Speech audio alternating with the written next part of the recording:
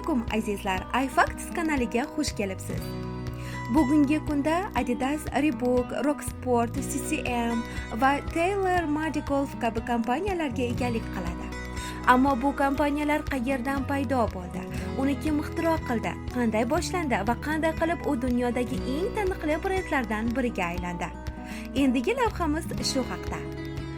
Dunyoga mashhur Adidas brendining tarixi 1900-yil noyabrda Germaniyaning kichik bir shahrida Gertsgena-Urexda boshlandi. Bu yerda Novoy va Kirxonaning oilasida Adolf Dassler tug'ildi. Uni qarindoshlari Adi deb atashdi. Birinchi jahon urushidan keyin Dassler oilasining ishlari juda yomonlashdi va to'liq qashshoqlikka yashamaslik uchun oilaviy biznesni poyabzal tikishni boshlashga qaror qilishdi. Jarayonga barcha xonadon a'zolari jalb qilindi. Adi va uning akasi Rudolf otalari bilan birga poyabzal, onalari esa unga naqsh tayyorladilar. Birinchi jahon urushidan ko'p o'tmay 1920-yillarning boshlarida Dasslers oilaviy kengashda oilaviy biznesni poyabzal tikishni tashkil etishga qaror qilishdi. Dasslerlar oilasining birinchi mahsuloti nogiron sportchilarni tayyorlash uchun terlik va ortopedik poyabzal edi. Ular uchun materiallarni harbiy kiyimlardan va eski avtoulov shinalaridan foydalandilar. Aka-uka Adi va Rudi Dassler ushbu oilaviy biznesda asosiy rol o'ynashdi. Qarama-qarshi shaxslarga ega bo'lgan ikkita aka-uka bir-birini xarakter jihatidan to'ldirishdi. Adi sokin va sabr-toqatli prodyuser, Rudi esa faol va ochiq sotuvchi edi. Dasslers ishlab chiqarishni boshlagan birinchi poyabzal uy shipaklari edi. Mahsulotlar xaridorgir bo'lgan va 1924-yilda oila o'z kompaniyasini Dassler Brothers poyabzal fabrikasini tashkil etdi. Futbol muxlisi sifatida Adi poyabzal mavzusini tushida ko'rdi va temirchi unga o'yinchoq qilib yasalgan va to'qilgan futbol poyabzasini yaratdi. Aynan Adolf Dassler boshoqli sport poyabzalining asoschisi bo'ldi. 1925-yilda Adolf dunyodagi birinchi futbol botinkasini ixtiro qildi. Futbol modeli qulay ekanligi isbotlandi va gimnastika tuflisi bilan birgalikda Dasslersning ajoyib va asosiy mahsuloti bo'ldi.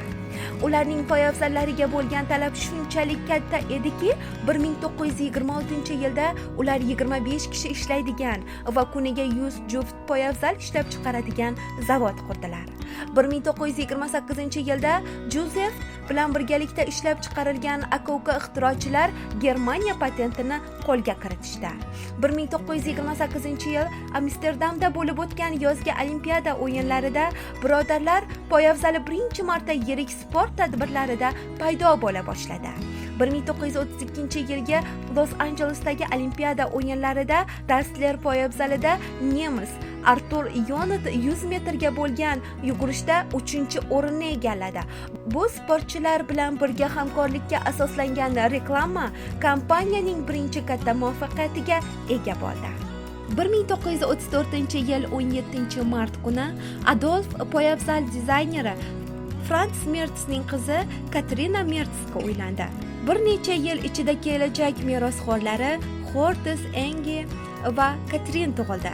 1936-yil Berlindagi Olimpiada o'yinlarida Dassler poyabzalida amerikalik yuguruvchisi Jesse 4 ta oltin medalni qo'lga kiritdi va 5 ta jahon rekordini o'rnatdi. Jesse poyabzalida birinchi navbatdagi Dassler savdo belgisi, ikkita chiziqlar paydo bo'ldi.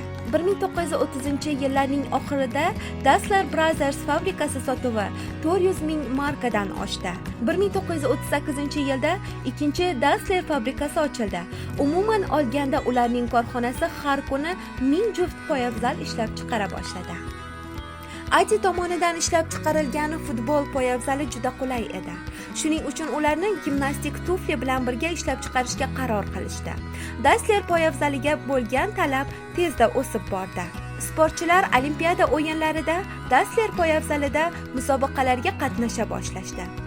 Ikkinchi jahon urushi boshlanganidan keyin Dasslerning ikkala aka-uka ham fashistlar partiyasining a'zolari bo'lishlariga qaramay, Dassler fabrikalari fashistlar tomonidan tortib olindi va aka-ukalarning o'zlari ham frontga ketdilar.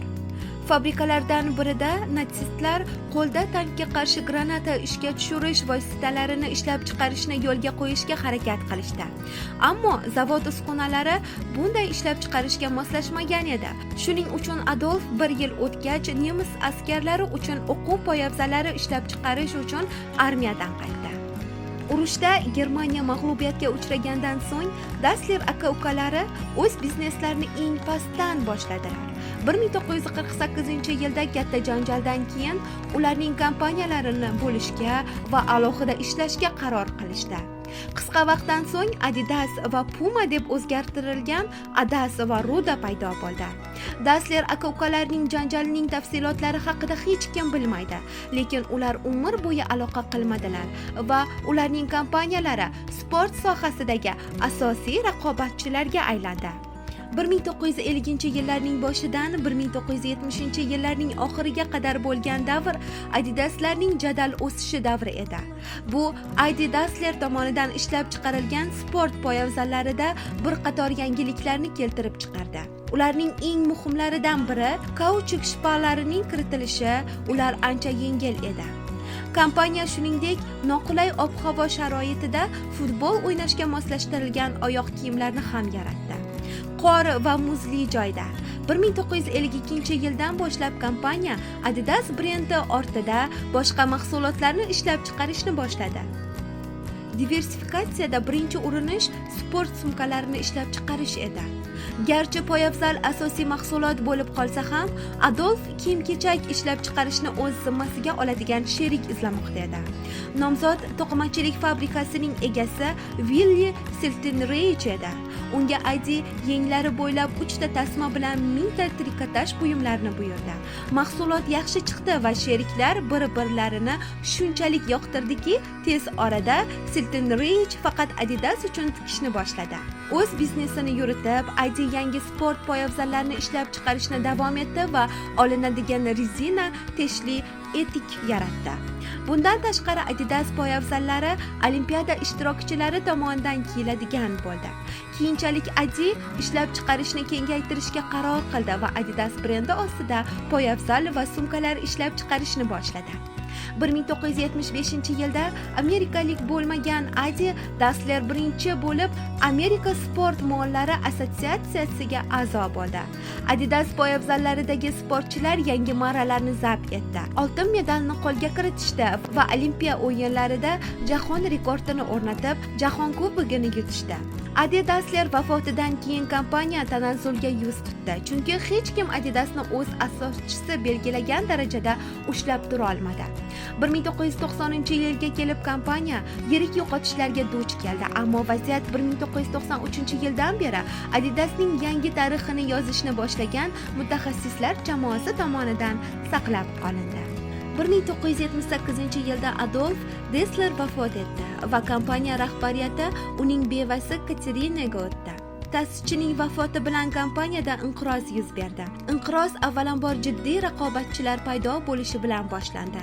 Nike va Reebok 1980-yillarda Shimoliy Amerikada shiddatli reklama kampaniyalarini boshladilar va 10 yil oxirida ular AQShning sport poyabzallari bozorining 50% tashkil etdi.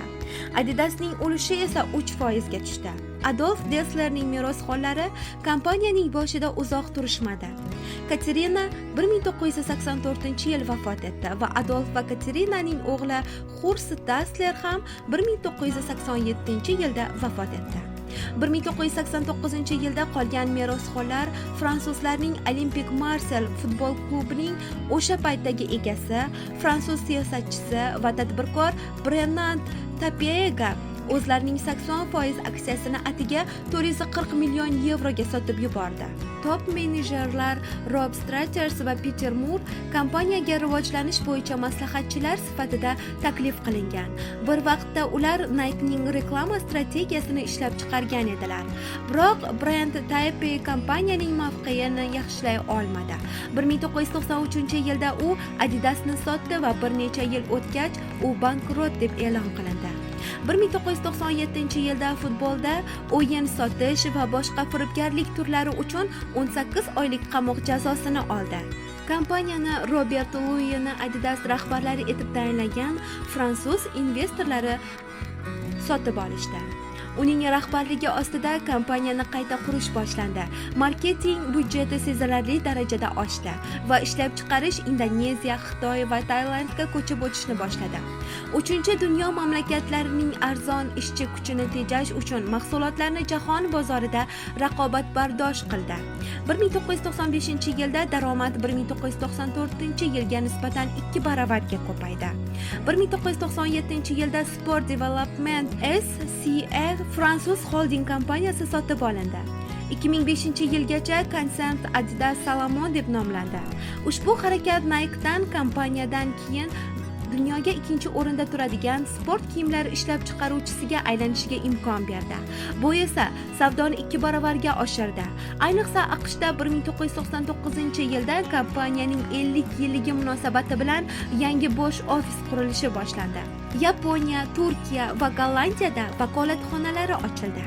2001-yilda Herbert Hainer kompaniyasining direktorlar kengashi raisi etib tayinlandi. Uning rahbarligi ostida o'z chakana savdo tarmog'ini shakllantirish boshlandi.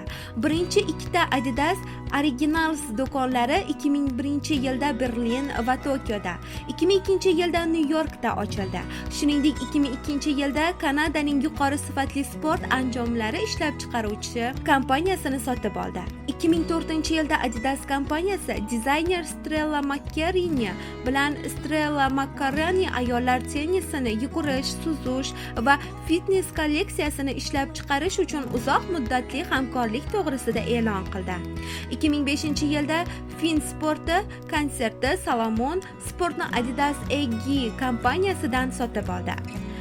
2005-yil avgust oyida Adidas Reebok International Limited 100% aksiyasining 3,8 milliard dollarga sotib oldi. Reebokni egallab olish Adidas kompaniyasining Amerikadagi sport tovarlari bozorida o'z ulushini 20% ga va 35% ni boshqaradigan Nike bozoriga iloji boricha ko'payishiga imkon berdi. 2005-yilda kompaniya dunyodagi birinchi Adidas birinchi bo'lib mikroprotsessor bilan ishlaydigan poyabzalni taqdim etdi. 2006-yilda kompaniya NBA uchun kiyim-kechaklar rasmiy yetkazib beruvchiga aylandi. 2008-yilda Adidas 2008-yilgi Afrika Millatlari Kubogi Adidas WWA Kubogining rasmiy sherigi bo'ldi. Bugungi kunda Adidas jahon bozorida eng muvaffaqiyatli va eng yirik kompaniyalardan biri sifatida mustahkam o'rnatilgan. Uning mahsulotlari assortimentiga nafaqat futbol poyabzallari, balki turli sport va sayyohlik buyumlari, sport va sayyoh aksessuarlari uchun kiyim-kechaklar kiradi. Hozircha shular edi. Bizdan uzoqlashmang va bizni kuzatishni davom eting.